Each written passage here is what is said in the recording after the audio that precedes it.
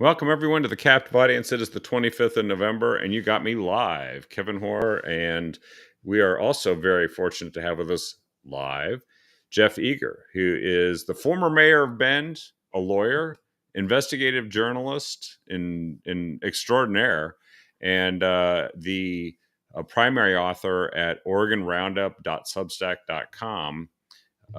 And he always has great stuff to share and great social media posts. You should follow him there as well. Welcome to the show, Jeff. Thanks, Kevin. Great to be back. So it's probably the biggest news story right now is the repeal of the gas and transportation related taxes from the transportation bill. And it looks like right now, based on their estimates of how many signatures have been gathered, which they're still coming in, they might have twice as many as they need in order to qualify, which I know the rarefied air of doing such a thing in, what has it been? It's been like 2 weeks max Yeah, since they less started. than 2 weeks. I think 10 days. Yeah, that is quite a because it's hard to do this in 90 days for a lot of things with just grassroots folks, and to be at 150,000 estimated when you only need 78.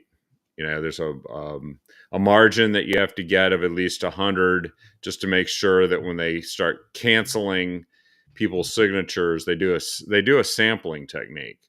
And when they do the sampling technique, they just say, I found one person who isn't a voter, cross off 400 people, something like that.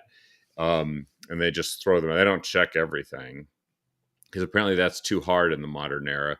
So now they are going, well, this brought to you by the same people that apparently check every single signature on every ballot to make sure there aren't a bunch of phony. Yeah, that's what I was wondering. I've seen them do that. They scan the signatures on every ballot. I don't know why they couldn't do that with the petition, but well, and they should fess up that, actually, especially in the large counties, they have some automated thing that's supposed to check it, but the tolerances on it are like they'll literally accept almost anything. So anyway, these are the people that are going to be checking these signatures, but we've got a nice margin. But now we're at the point where maybe we should be thinking what kind of message this sends, because once you start getting up to maybe 200,000, if it were to reach that, and they have until December 30th, I think, you're starting to get into the territory of where they could have done a constitutional amendment to the ballot.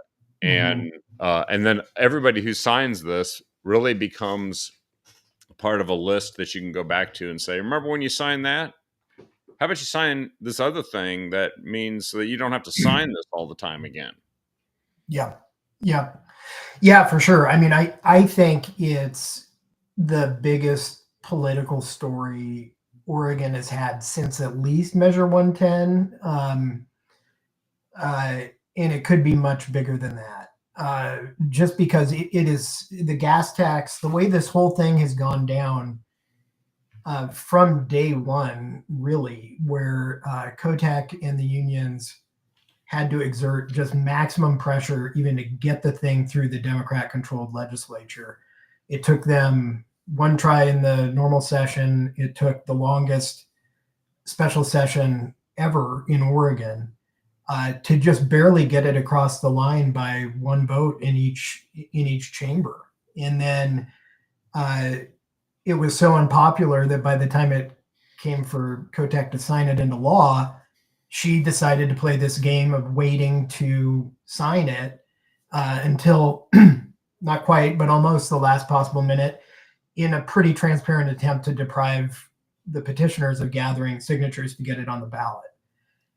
That was a pretty hardball move by her, and I think probably drove some of the success that the petitioners have had turning this thing around. And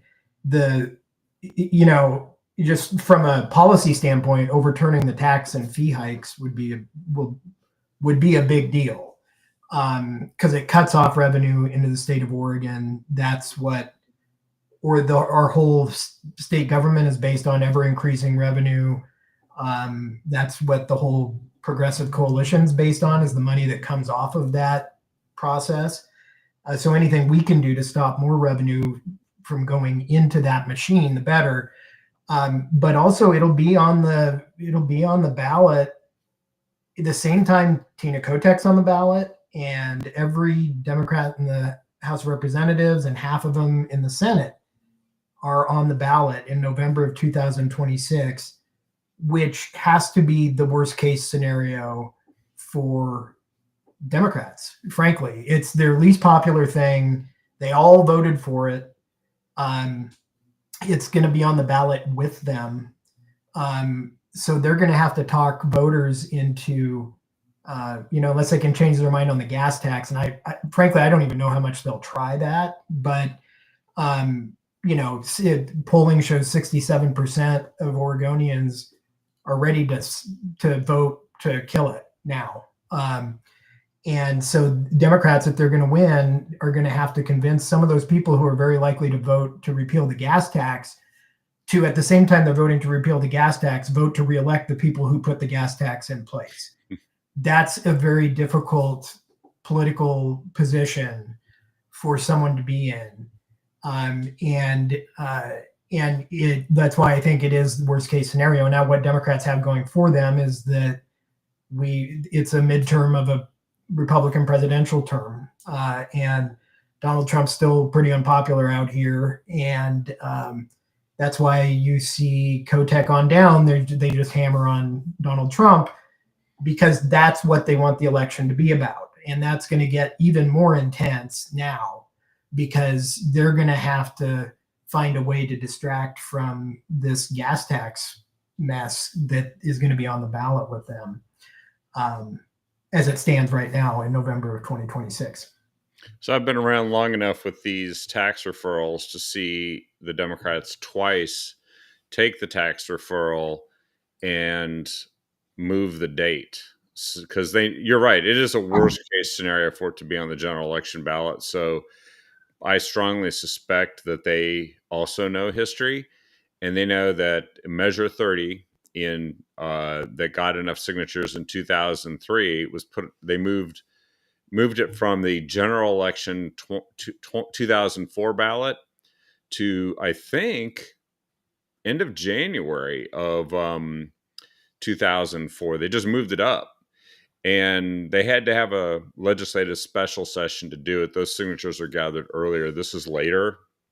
So they would probably at this point have to just do it in February. And I think that's what you were saying in your article is they're going to do something. They're probably going to do it starting February 2nd session, and they could negate the tax so that it doesn't go to the ballot. I think they would prefer to do that than have it go to the ballot.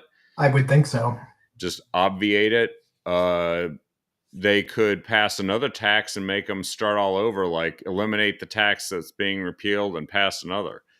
I think that'd be stupid because, frankly, all they did is piss off voters when she delayed signing the emergency legislation. Yeah, It just created a pent up frustration that is being tapped now. So I think that would be foolish, but I wouldn't put it past them to try and come up with some more palatable way to raise revenue,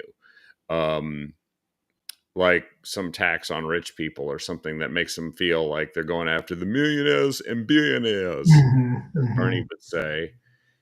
And or she'll just start inflicting some cuts, because this will suspend the tax. As soon as it qualifies, then all these taxes and fees are halted from implementation, right? And then they don't have the revenue. And then I almost said Kate Brown, Tina Kotek will then say, well, then we're just not going to plow your snow. And all those road projects, we're shutting them down, laying them all off. We're keeping the $28 million DEI department, though. And, we'll punish the voters for this, or we'll punish you for the people who stood up for you by getting on the ballot. I think the limiting factor for Democrats to kind of procedure their way out of this thing, either by, changing the date of the election. I think would be that. I mean, because people are already mad about the way they've approached this thing. They're tired. I think they're tired of Kotek playing games with it, Yeah.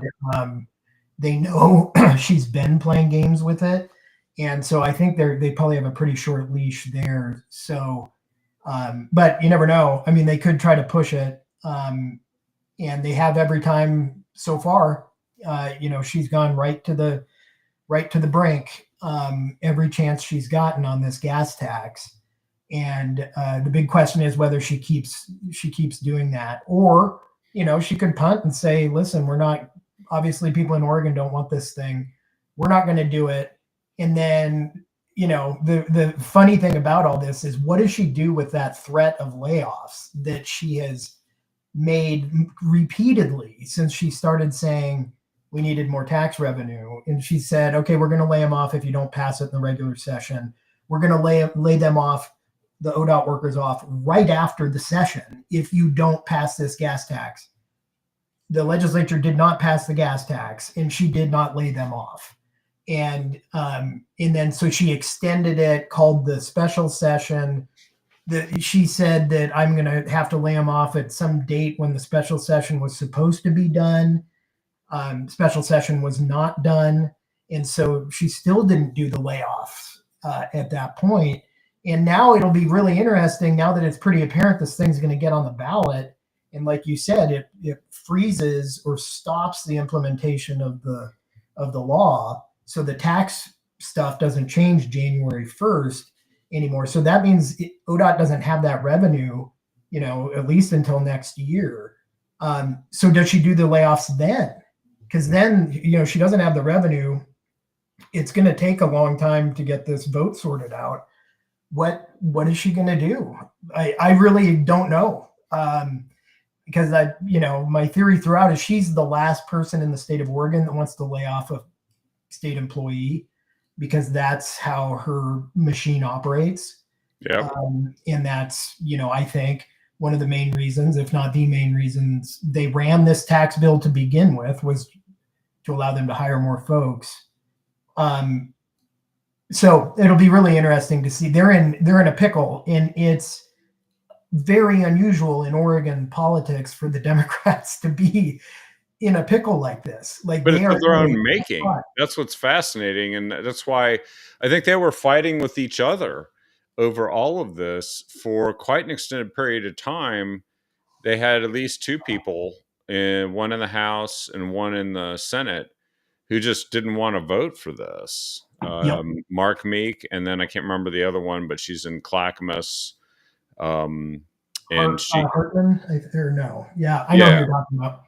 and so they didn't have, like, because they have a supermajority if they get all of the Democrats, but they got one former Republican that's now a Democrat to vote with them, and that got it through the House. And then I guess they had just enough in the Senate in the end. And you know what? Anybody who thinks, "Oh, geez, I'm a Democrat, but I'm going to vote against this tax," they won't dare force me to vote for it. Yep. It's like, yeah, Yep. I won't vote for it. And they do. They have a system of brass knuckles and, smoke filled rooms that they take you back to. And then, Tina's people go to work on you and tell you how you're going to be primaried, and, you Yep. know, start pulling out fingernails and stuff like that. And in a figurative sense, of course, we think. Yeah. Um, Yeah. that's how Oregon works under the Democrats. And the thing is, they made a huge mistake at not really even seeking any Republican or bipartisan involvement or support, because that just gave the perfect excuse to say, well, when you need us, we're just not going to be there Yep. for you. And that's what they got. It's arrogant. Yeah. No, the whole thing has been arrogant. And I think we've already seen some fissures in the coalition over this issue. While Kotek was waiting to sign, we reported on, a few legislators that were urging her in pretty direct language to sign, Yep. and accusing her of just playing political games, frankly, like literally those words, which is kind of unheard of for Democrats in Oregon. Like they present a united front at all times, and I think part of their strategy is to just appear inevitable, and they've appeared inevitable for a long time, and not have that kind of dissension out there. And now that this thing is going to be on the ballot, I suspect that some Democratic legislators are extremely upset at Tina Kotek. I don't know Yep. that. None of them have told me that, but I think there's probably some difficult conversations happening. And the question will be whether Kotek can stick with the brass knuckles approach you were talking about and cajole these folks into doing what she wants them to do, or whether there's actually a public break on this issue. If Democrats are leaning on her, hey, we have to change this in the legislative session, what does that turn out to look like? So it's all the stuff that happens when a governing coalition that never faces any pressure faces pressure, and it's really going to be fascinating to see how they deal with it. I mean, the thing that they risk primarily is losing the supermajority, and but the people whose seats would be lost are the ones that are going to have a problem with all of this, and so just that's where the brass knuckles meet brass tacks, right? You can't force somebody to vote for something that's going to get them kicked out of their seat. So it really is all based on what the Democrats think is going to happen next fall. The window of opportunity will be almost gone after the short session in February to primary somebody. Like you get one last chance, days, like usually that session gavels out, and then the last people file to challenge somebody in the primary, and that's it. Then after that, that's who's you're running in the general election, unless they resign and get replaced.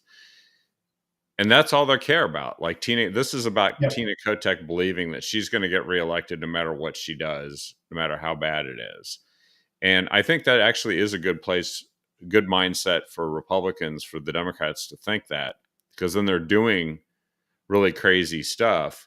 And by the way, there was a lot of grassroots activity and visibility to this. You could see it all over the state. The signature gathering, and of course, Ed Deal is one of the people that's leading this whole effort.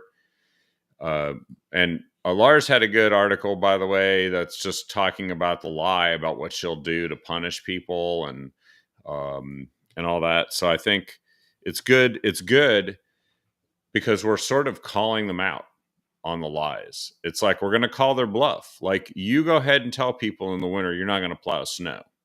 You go ahead and do that, because we're going to tell them that you have the money to do it. You're just punishing them.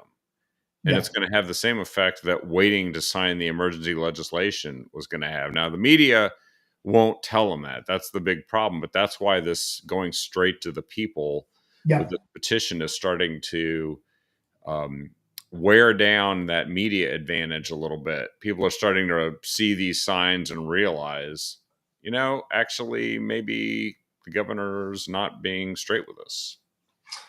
Yeah, I think what it'll really take to break the media thing, kind of the lockstep media approach for what Kotek's doing, frankly. I mean, they do a decent job of reporting on how bad things are in Oregon, but they don't ever connect it to the people that enact it has no cause. It's like, oh, this stuff keeps happening. We keep endorsing progressive Democrats every cycle, and things keep getting worse. What is it? Why? We're confused. Yeah. I'm doing the same thing, and I'm not getting a different result. If there are Democrats that come out and vocally oppose her on this thing, um, that'll start to wear away at the media thing. If there are Democrats, it'll take Democrats doing it, Yeah. um, because the media doesn't care what Republicans say, but it'll take Democrats doing it. But I think the likelihood of that happening right now is a lot higher than it's been in a long time. Yes. And by the way, there's some other things that are kind of getting mixed in with this because Governor Kotek has issued an executive order for like this climate stuff, which is way low on people's priority list. Cost of living is way, way higher, like near the top, Yeah. inflation and all that stuff. And so they're picking something that's not that important, even to a good chunk of Democrats, like it's not the top priority, right? Yeah. And they're Well, going to go ahead and do this anyway. I think what happened with that one is the so obviously Kotek is happy to do weird climate stuff just to do weird climate stuff.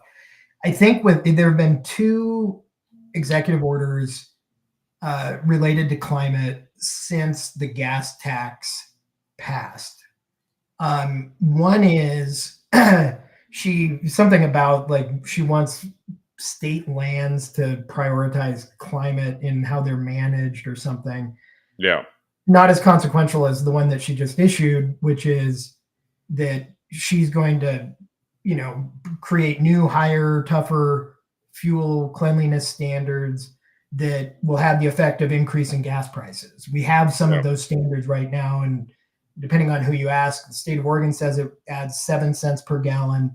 Some private organizations think it's 3 or 4 times that per gallon. And she just announced that she's going to do more of that, which we know from past experience is going to drive up the cost of gasoline in Oregon.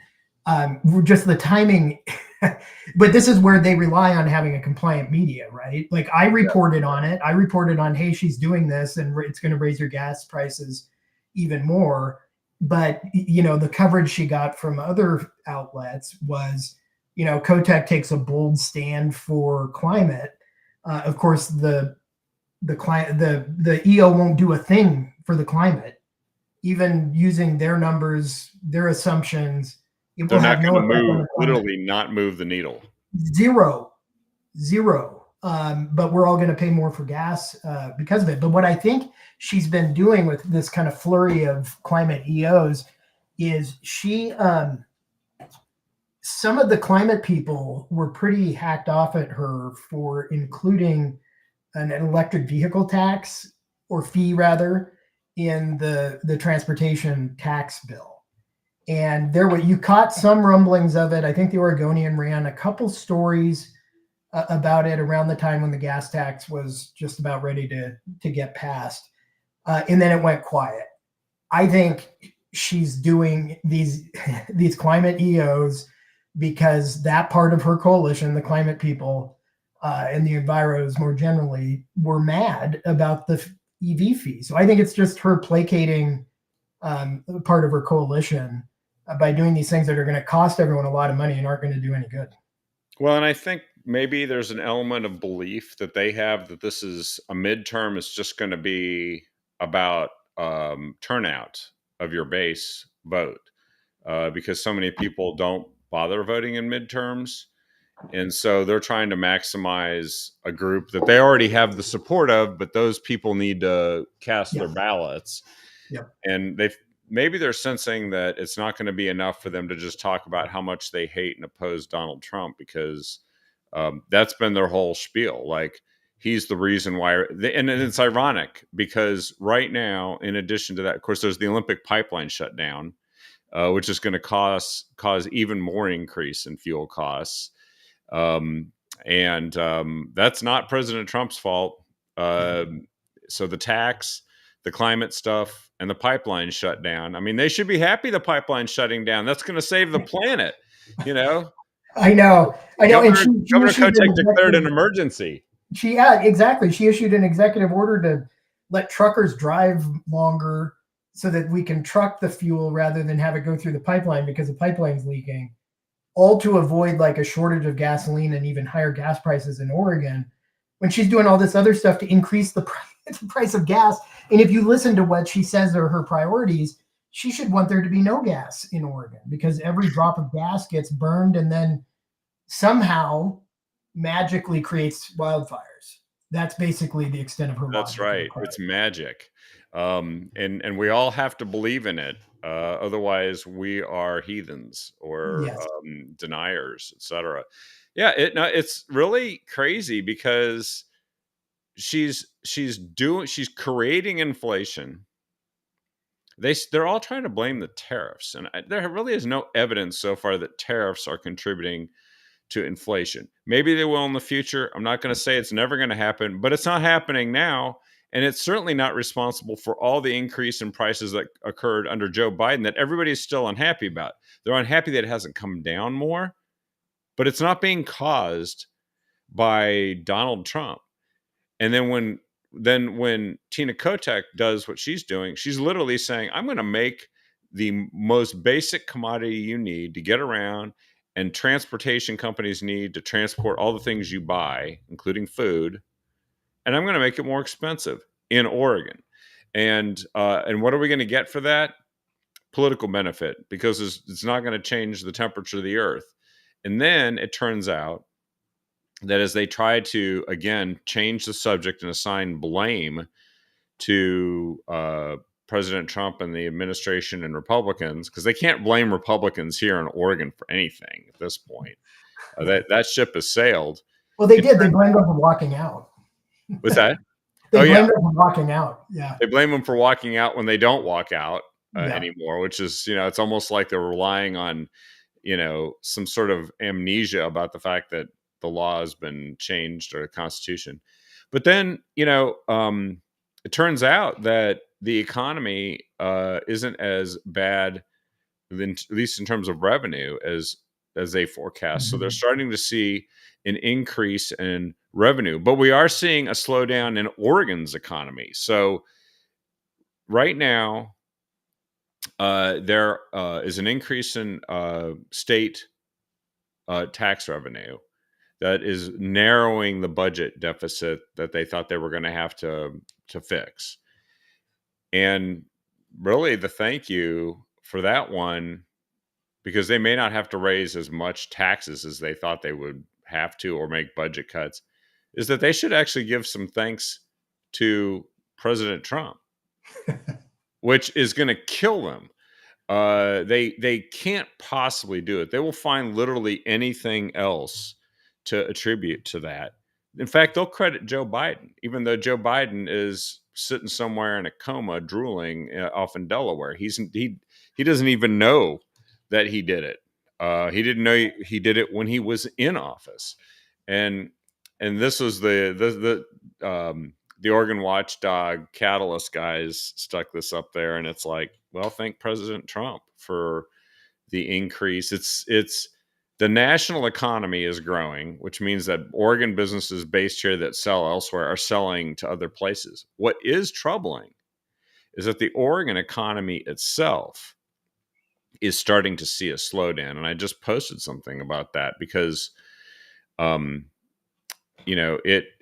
we've seen companies leaving. We've seen large employers laying people off. We're not seeing jobs come in to replace it. We are seeing homeless people, drug-addicted homeless people coming in to replace the people who leave the state, but they're not bringing prosperity with them. And at least only prosperity for the nonprofits with six-figure executive directors getting state money, but that money's drying up. So it's a real squeeze play for these guys, and they're betting everything on the idea that they're going to gain ground or be invulnerable because it's the presidential midterm. Well, and you know what? If I had the hand that they have, I would do the same thing, I think, because A, it's worked for them before. B, they don't have anything else to talk about. I mean, if you look at, like, what is Tina Kotek going to run on? Her three top priorities were education, housing and homelessness, and behavioral health. All of those things in objectively nearly every objective measurement in those three categories of things has gotten worse since Massive she's failure. been governor. Yeah. Literally, like it's like if she don't make anything else a priority, like make recessions a priority or something, like make something bad a priority, and the opposite is likely to happen because she has utterly failed at the stuff she promised us she was going to focus like a laser beam on, to the exclusion of everything else.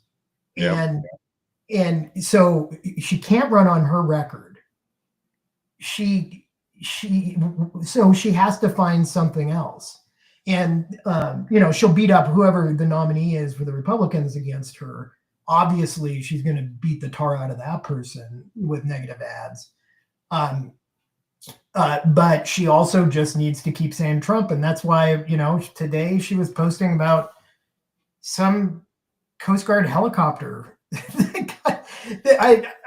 Trump's involved somehow, I guess, but I guess he took a helicopter out of Newport and then they sued. They moved it to North Bend, another 20 minutes away. Oh, they did? That's all they did was move it to North Bend? Yeah, they moved it to North Bend.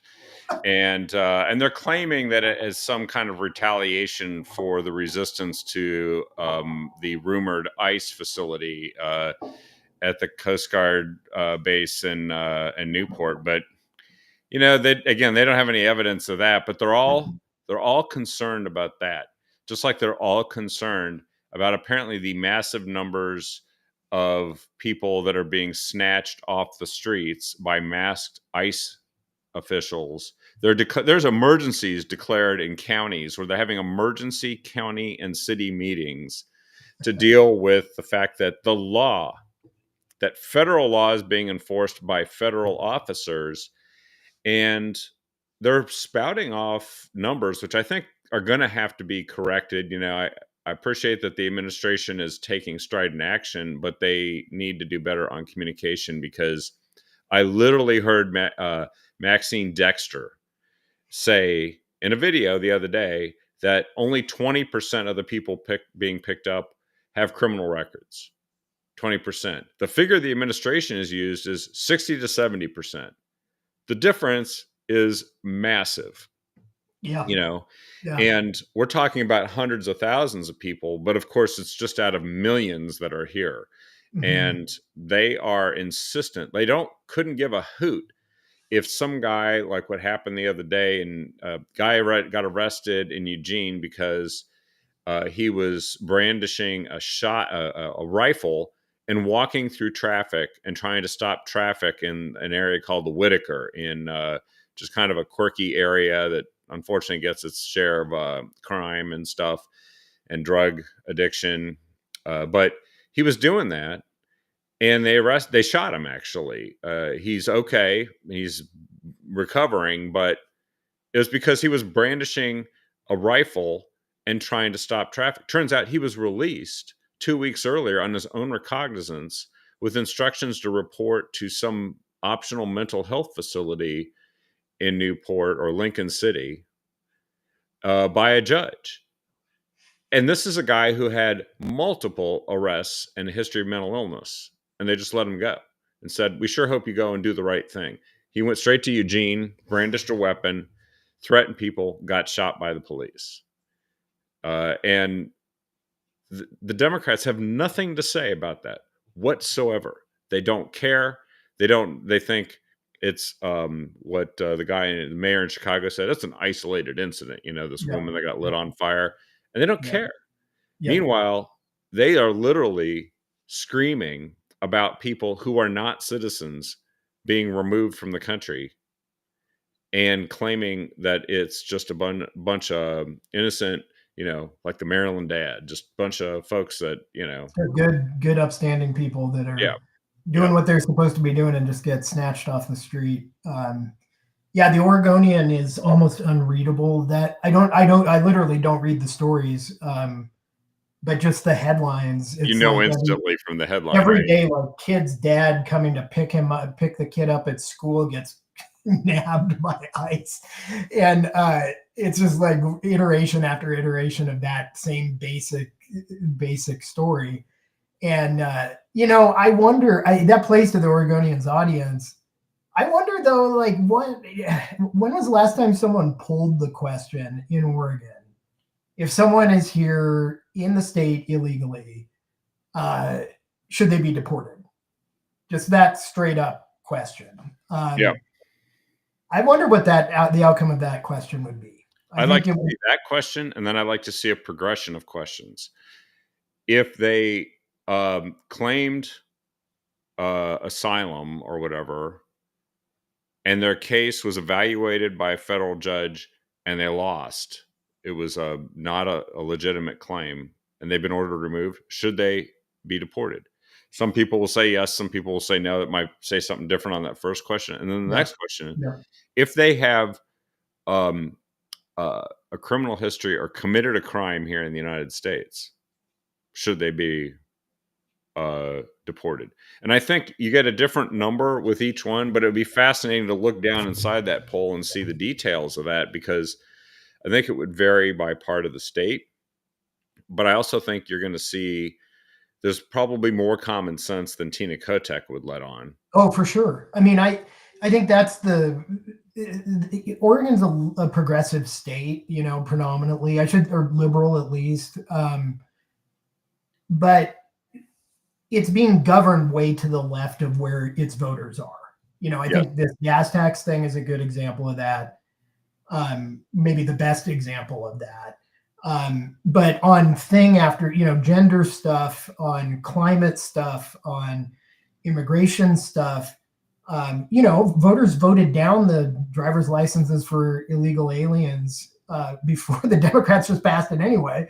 I don't know Right. how that vote would come out now, but we're being led down this path that is way to the left of even where the electorate is in Oregon. And the reason why Democrats are able to get away with it is because the other side of the story is not told. Yeah, the Like, media just doesn't tell them. they don't cover it. They don't care.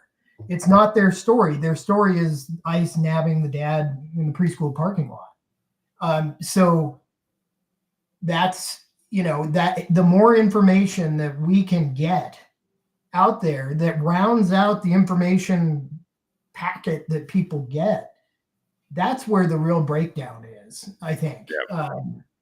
Because people know that stuff in Oregon is going wrong, but they don't know how wrong and they don't know why, Yeah. and they don't know who. Even they aren't reminded repeatedly who, and that's why we keep getting the same people reelected. Well, this might be why Phil Knight, the Nike co-founder, who's retired, but he obviously has a nice multi-billion dollar pile of money from founding Nike and so on. He's dropping big money into, now it's for electing Republicans to the state legislature, but it's the single largest donation of all time. I think our entire campaign finance system was created to stop him from donating so much money to Republicans. That's it. That is the only reason. Democrats would have never done it, and they certainly would have never done it if it impaired labor unions from doing whatever they want. Yep. But he's donated $3 million to the Bring Balance to Salem PAC. Now, having said that, he's donated in the past. Hasn't exactly worked, but he must have some confidence or belief that something might be, some needle can be moved with this. I think I can think of some other offices that similar amounts of money could impact, such as the governor's race, such as the congressional races that are going around Yep. on the state. And maybe the Democrats' narrative for next year isn't entirely sanguine. Like maybe they are missing something. And you mentioned that if you had their hand, you might do some of the similar things. I think the one thing I would not do is throw salt in people's wounds. I wouldn't do the overreach stuff. I'd try to make it look like I was compromising, and then, like the pretend bipartisanship where they get one guy and then they run ads saying bipartisanship because one person got got a bridge in their district or something. Yep. And I've got to jump here in like 2 minutes, Kevin, but I Yeah, I think you're right. I think that, the cycle we ask ourselves every 2 years is, have the voters had enough yet? And the answer each time has been no. But it's it's not logical. Nothing in politics stays the same, right? We've had the same type of government in this state for a really really long time, and not just Democrat but progressive hard left Democrat control. Um, and maybe that goes on for a while longer, but that is not guaranteed to continue forever. No. And things change, and when things change, it's usually the result of a lot of factors combining together that over time chip away at the governing coalition. I happen to think that this gas tax issue is maybe the biggest thing that's come down the pike that's going to erode or can erode the foundations of this coalition that's been driving us into the ground. So one last story to cover before I know you got to go. Um, you always have followed the bully stuff with Val Hoyle and the Lamoda stuff, and you've done work on this in the past. And this juicy story emerged that this audit by the Secretary of State of the Bureau of Labor and Industry, which is in crisis, apparently they couldn't hide the fact that it was directly attributable back to the leadership of once Bully Commissioner, now Congresswoman Val Hoyle. What are your thoughts on that one? And of course, I'll post from her opponent Monique Despain the press release that calls her out on all this stuff. It's kind of juicy. Poor Val. She just keeps getting herself into these scrapes. When I opened that story, because the headline was, something that audit finds Bully sucks. And I was like, yeah, no kidding, Bully sucks. But let me read the story. And then it ends up being a story mostly about how Val Hoyle is the one that screwed up Bully so bad. And I was like, wow, like that. I mean, there's plenty of scandal stuff that's come out about her directly. But here's this other thing that you wouldn't think necessarily would impact her. And here she is. Here she is. And she's not a great congresswoman. She's not a great congresswoman. No, and had this been the Shamia Fagan era, she would have just gone in and edited out the part that made Val Hoyle look bad, along with her other emerged. Oh, for sure. I guess the one good thing we can say about Tobias Reed is that he didn't do that. He tried to make it sound like there's no blame being placed here, but geez, if you read it, I think I see some blame. Yeah, no, that was good on Tobias for letting that go, letting that out in that format.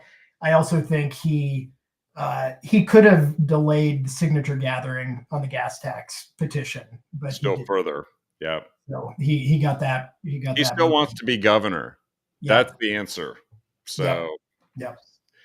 Well, I know you got to go. Thanks so much for joining us tonight. This is again a fantastic show with a lot of great stuff that we covered, and looking forward to have you on again here in the coming months as it gets even more interesting. And we'll follow you at OregonRoundup.substack.com. You can read all his great articles there and catch up on many of the topics we've touched upon here tonight.